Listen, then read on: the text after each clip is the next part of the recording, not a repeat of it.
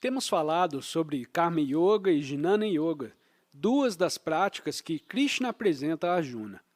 Temos considerado as duas como meios para atingir algum lugar que queremos chegar. Mas o que é este lá que estamos tentando alcançar? Deveremos falar sobre esse lá, sobre o que, para dar um nome. Chamamos de Brahman, que é a luz interior, que é o uno do universo. Mas existe uma situação difícil nisso tudo. Estamos tentando falar de alguma coisa que pela sua própria natureza não pode ser falada, não pode ser dita e não pode também ser murmurada. Mesmo ao lhe dar um nome, chamando-a de Brahman, estamos tentando dar uma forma ao sem forma, embora no minuto que assume uma forma, não é mais o sem forma. Rantit disse, um Deus definido é um Deus confinado. Uma situação interessante e difícil. Aqui estamos nós, tentando nos desembaraçar dos nossos apegos, as nossas formas de pensamento e a nossa descrição daquilo que almejamos nada mais é do que outra forma de pensamento. Qualquer rótulo aplicado a Brahman está errado. Qualquer atributo a qualquer forma está errado. Isso abrange até as noções mais sutis como vácuo ou vazio. No cântico tibetano temos Gate, Gate, Paragate, Parasangate. Ir além até do conceito de além. Isso é Brahman. Ramakrishna disse que a única coisa que não pode ser corrompida pela língua do homem é Brahman, porque o Brahman realmente não pode ser falado. Podemos falar sobre ele, mas estaremos falando de um plano sobre algo que está em outro plano, que em sua própria natureza é completamente diferente de tudo que pode ser comentado. Um nome ou uma palavra pode ser um ponto de referência, mas nunca definição da coisa em si. Por falar nisso, devemos notar que a palavra Brahman é utilizada em duas maneiras diferentes no Gita, referindo-se a dois aspectos diferentes de Deus. Um deles, o aspecto sem forma, e o outro, aquele aspecto que cria forma.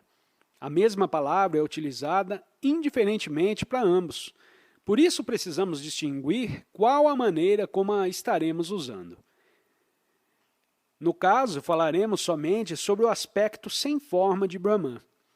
Embora não possamos definir isto que chamamos de Brahman, talvez possamos acessar uma experiência mergulhando em um tipo de descrição coletiva dele. Existem místicos em todas as tradições que visitaram esse plano e depois tentaram transmitir alguma coisa. E, embora não possamos conceituar Brahman, nossas mentes podem tentar imaginar como seria através dessas descrições. O Tao Te Ching é um exemplo desse tipo de descrição mística. Uma expressão bela e pura da experiência. Vem através de uma cultura diferente. Por isso não usa a palavra Brahman, mas podemos sentir que está se referindo exatamente à mesma coisa. Por falar nisso, existe uma história sobre como o Tao Te Ching foi escrito. A história é provavelmente apócrifa. Duvido que tenha realmente acontecido dessa maneira, mas é boa. Disse que o responsável pela biblioteca em Pequim estava indo para casa para morrer. Era um homem já muito idoso. Quando ele chegou na fronteira entre a província da sua casa e o local que estava deixando, os guardas o impediram dizendo, você tem de pagar uma taxa para atravessar essa fronteira.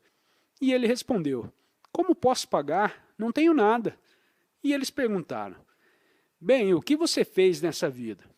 E ele respondeu, era bibliotecário. E eles disseram, vá e sente debaixo daquela árvore, e escreva tudo o que aprendeu, e deixe conosco. Esse será o seu pagamento.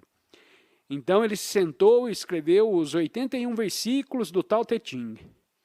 Temos no versículo 14, eles o chamam de evasivo e dizem que o olhamos, mas que ele nunca é visto.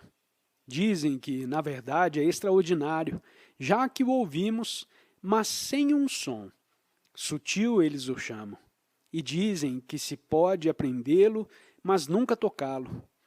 Essas três reivindicações perfazem somente uma, que está além de toda resolução. Ao nascer, não ilumina. Ao se pôr, não traz a escuridão. Ele atinge até aquele estado sem nome que existiu antes da criação. Isso foi escrito por alguém que conseguiu chegar o mais próximo possível de expressar a essência de Brahman. Temos também Janeshvar, de quem citamos a passagem abaixo. Ele foi uma pessoa interessante. Lembrava um trapaceiro. Por exemplo, houve um momento em que surgiu uma dúvida se ele era um impostor. Alguns dos sacerdotes o acusavam de ser uma fraude e vieram até ele para confirmar a suposição. No teste, lhe pediram que recitasse algumas passagens obscuras dos Vedas para eles. Janeshvar disse, bem, até um animal bobo pode fazer isso. E foi até um búfalo que estava, por acaso, próximo da água no pátio e o fez recitar os Vedas para os sacerdotes brahmanes. Isso pareceu convencê-los.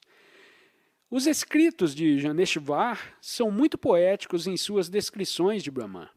Ele diz, Brahman, embora existente em formas sujeitas à mudança, não sofre mudanças.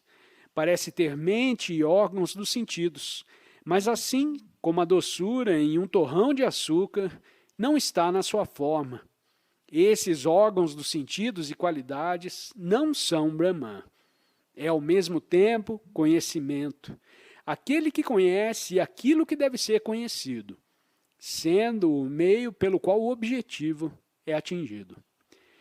Um místico sufi utilizou uma imagem similar quando disse, peregrino, peregrinação e estrada eram todos eu mesmo indo para mim, e a minha chegada em mim mesmo na minha porta. Ramana disse, se for dito que a liberação é de dois tipos, com forma ou sem forma, digo que a extinção das duas formas de liberação é a única liberação verdadeira. Os místicos da ciência ocidental têm a sua própria experiência baseada na mente racional. Na década de 70, estive em uma conferência que foi organizada por John Lilly e Alan Watts, onde um grupo nosso teve a oportunidade de estar com D. Spence Brown, um cidadão muito pitoresco da Inglaterra. Era membro graduado de Oxford, mestre em xadrez e escritor esportivo. Tinha também uma firma de engenharia e era empregado de uma companhia de estrada de ferro britânica designada para montar um programa de computador para determinar se o número de carros de carga da ferrovia que entrava em um túnel era o mesmo que saía do túnel. Queriam ter certeza desse dado. Acho que por motivos óbvios. Brown fez o programa e ele funcionou. Mas ao resolver o problema, ele se viu utilizando números imaginários. E quando seus colegas no sistema ferroviário britânico souberam, ficaram apreensivos, porque seus vagões fechados pareciam terrivelmente reais para eles.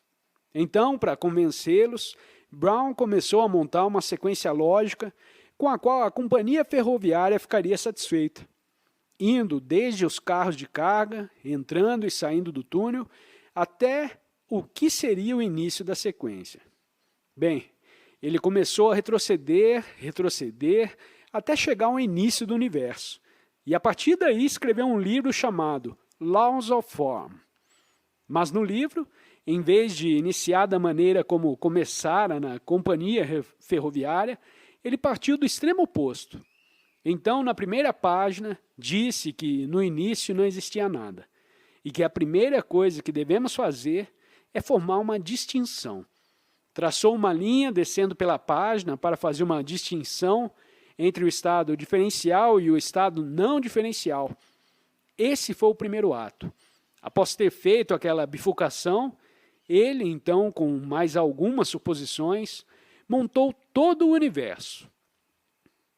Mas então, em uma nota de rodapé, uma nota bem interessante, ele disse que, naturalmente, para fazer a primeira distinção, você deve ter algum tipo de sistema de valores sobre o qual irá diferenciar isto daquilo, como mais escuro, mais claro, melhor, pior, direita, esquerda, tudo. Então disse, e como naturalmente, antes que a primeira distinção fosse feita, não havia um sistema de valores sobre o qual fazer a primeira distinção. Na verdade, a primeira distinção nunca foi feita. Portanto, esse livro foi escrito para descrever um universo que existiria se a primeira distinção tivesse sido feita.